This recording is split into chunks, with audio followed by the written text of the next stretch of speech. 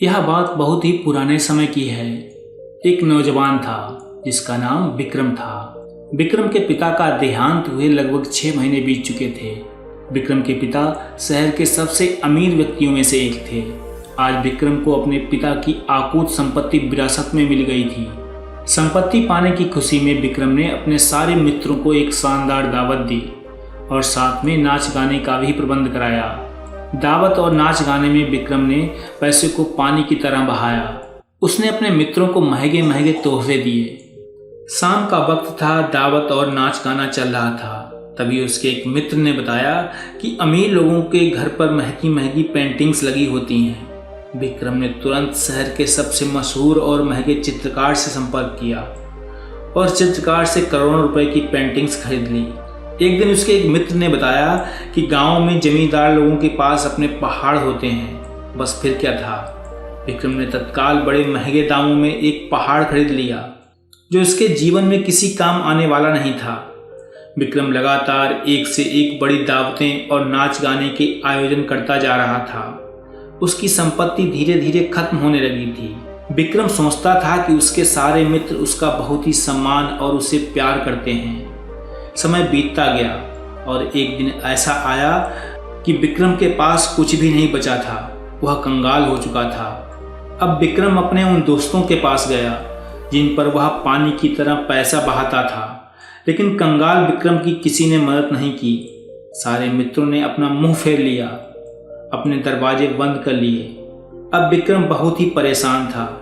वह मदद मांगने के लिए अपने एक चाचा के पास गया, लेकिन उसके अमीर चाचा ने यह कहते हुए उसकी मदद करने से इनकार कर दिया कि तुम इस दुनिया के सबसे बड़े मूर्ख हो। तुम्हारे पास मुझसे भी अधिक संपत्ति थी, लेकिन तुमने उसको बर्बाद कर दिया। अगर इतना सब करने के बाद भी मैं तुम्हें अपने घर में जगह दे देता हूँ तो तुम कभी नहीं सुधरोगे। और भी बहुत सारी खरी खोटी बातें सुनाकर उसके चाचा ने उसे अपने घर से बाहर निकाल दिया। उदास और भारी मन के साथ विक्रम सड़क के किनारे एक चबूतरे पर बैठ गया। तभी वहां एक भिखारी आया। उसने विक्रम से उसकी उदासी का कारण पूछा तो विक्रम ने अपनी सारी आपबीती उस भिखारी को सुना दी। विक्रम की कहानी सुनने के बाद उस भिखारी ने कहा कि मैं तुम्हें मूर्ख भी नहीं कहना चाहूँगा, क्योंकि यह दूसरे मूर्खों की बेइज्जती होगी। भिखारी ने आगे कहा कि मुझे लगता है यह सब तुम्हारे भाग्य का खेल है। पहले तुम्हारा भाग्य तुम पर मेहरबान था, लेकिन तुम्हारे कर्मों की वजह से वह तुमसे रूठ गया है। वह तुम्हें छोड़कर कहीं चला गया है। अगर तुम्हारा भाग्य तुम्हारे जीवन में दोबारा लौट आए तो तुम्हारी जिंदगी फिर से पहले की तरह हो जाएगी। यह कहकर वह भिखारी वहां से चला गया। अब विक्रम वहीं बैठा बैठा अपने भाग्य के बारे में सोचता रहा। उसके सोचते सोचते कब नींद आ गई उसे पता ही नहीं चला। अब विक्रम ने अपने सपने में उसी रात देखा कि उसका भाग्य बिल्कुल इंसान की तरह है, जो बिल्कुल उसी की तरह दिखता है। वह उदास और परेशान है और जंगल में एक पत्थर के ऊपर बैठा हुआ है। जब विक्रम की नींद खुली तो उसने फैसला लिया कि वह जंगल में जाएगा।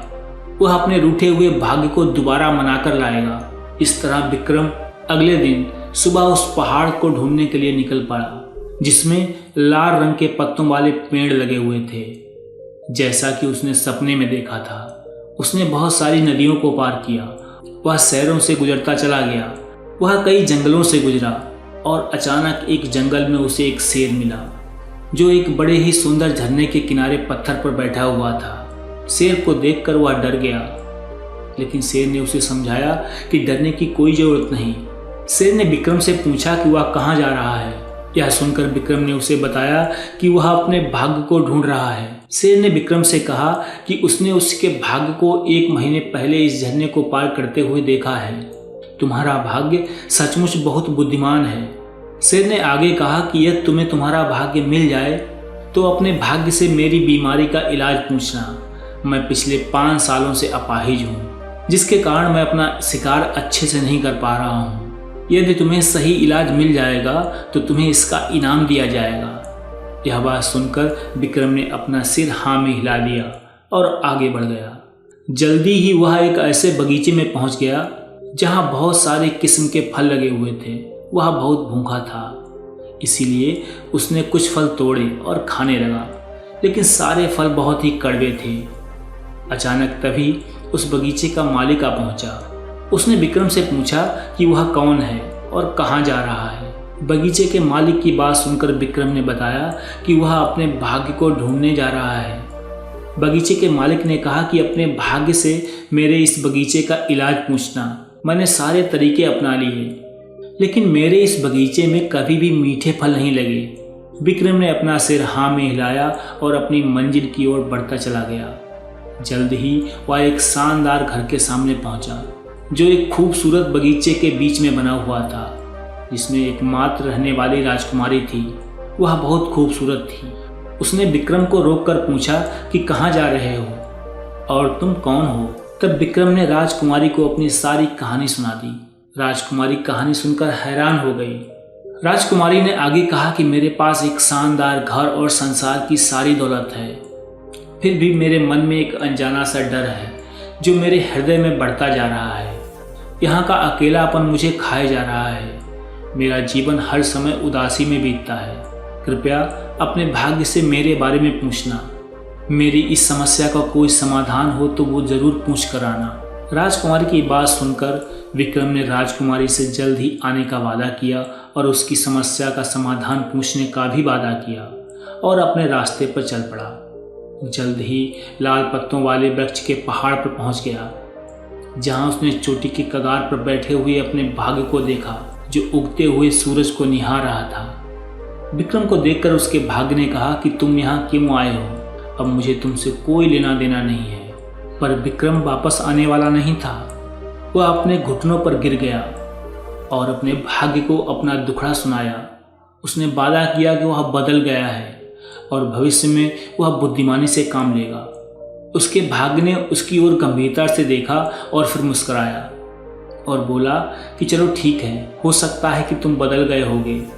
तुम जाओ और कुछ दिनों बाद मैं तुमसे मिलने वापस आऊँगा। यह बात सुनकर विक्रम ने अपने भाग्य से वह तीनों सवाल पूछे जो शेर, बगीचे के मालिक और राजकुमारी ने पूछे थे। भाग्य ने उसकी बातों को ध्यान से सुना और तीनों सवालों के जवाब दे दिए।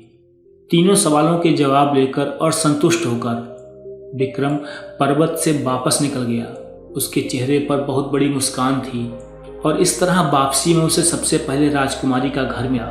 उसने राजकुमारी से कहा कि राजकुमारी, आपके सारे दुख गायब हो जाएंगे और आप पर खुशियां बरस पड़ेंगी जैसे ही आप अपने मनपसंद के लड़के से विवाह करेंगी। फिर वह आगे चलता हुआ बगीचे के मालिक के पास पहुंचा और उसने बताया कि जिस झरने से तुम अपने बगीचे को पानी देते हो वहाँ सोना है। जब सोना युक्त पानी तुम्हारे पौधों में लगता है तो तुम्हारे पौधे सोने के तत्व को सोख लेते हैं। अगर तुम वह सोना निकाल लो तो तुम्हारे फल दोबारा मीठे हो जाएंगे और उस सोने के कारण तुम पैसे वाले भी हो जाओगे। इतना कहकर विक्रम वहां से निकल लिया और सबसे अंत में वह शेर से मिला। विक्रम ने शेर को बताया कि वह किस तरह राजकुमारी और बगीचे के मालिक से मिला और उनके प्रश्नों के सभी उत्तर दिए। शेर ने पूछा कि राजकुमारी ने क्या कहा। विक्रम ने बताया कि राजकुमारी ने कहा कि वह उसे पसंद करती है। वह कुछ समय मेरे साथ रहकर अच्छे से मुझे जानना चाहती है और उसके बाद मुझसे शादी करेगी, लेकिन मैंने शादी से इनकार कर दिया क्योंकि मेरा भाग्य कुछ दिनों बाद मेरे पास दोबारा वापस आने वाला है। अब मैं कितना बुद्धिमान हो गया हूँ। शेर ने आगे पूछा कि बगीचे के मालिक ने तुमसे क्या कहा। विक्रम ने शेर से कहा कि यह बात बड़े ही मजे की है। बगीचे के मालिक ने झरने से सोना निकाला और मुझे देने लगा और कहने लगा कि इसके असली हकदार तुम ही हो, लेकिन मैंने सोना लेने से मना कर दिया। मैंने कहा कि मेरा सफ़र अभी काफ़ी लंबा है, इतना भारी और वजनदार चीज लेकर मैं नहीं चल सकता। इस तरह मैंने बड़ी ही बुद्धिमानी से काम लिया। उसकी बात सुनकर शेर थोड़ा मुस्कुराया और पूछा कि मेरे रोग के इलाज के लिए तुम्हारे भाग्य ने क्या कहा। यह सुनकर विक्रम ने कहा कि तुम्हारा इलाज तो सबसे सरल है, तुम्हें तो बस इतना करना है कि सबसे मूर्ख व्यक्ति का हृदय खाना है और तुम ठीक हो जाओगे। यह सुनकर शेर मुस्कुराया और कहा कि मेरे ख्याल से इस धरती पर मुझे तुमसे बड़ा मूर्ख कहीं और नहीं मिलेगा। यह कहकर शेर ने एक खूंखार दहाड़ भरी और विक्रम के ऊपर टूट पड़ा। इसी प्रकार आपने अपनी लाइफ में भी देखा होगा कि कुछ लोगों के पास बहुत कुछ होता है लेकिन वह अपनी मूर्खता की वजह से सब बर्बाद कर देते हैं। एक बात हमेशा याद रखें, समय कभी भी मूर्ख का साथ नहीं देता। एक मूर्ख इंसान के पास कितना भी धन दौलत और संसाधन हो, अंततः वह उनका उपयोग अपनी बर्बादी के लिए ही करेगा। तो दोस्तों, आपको यह कहानी अवश्य पसंद आई होगी। दोस्तों, अगर आपको यह कहानी पसंद आई हो तो प्लीज़ चैनल को सब्सक्राइब करें और वीडियो को लाइक करें। कल मिलते हैं एक नई कहानी के साथ, तब तक के लिए नमस्कार।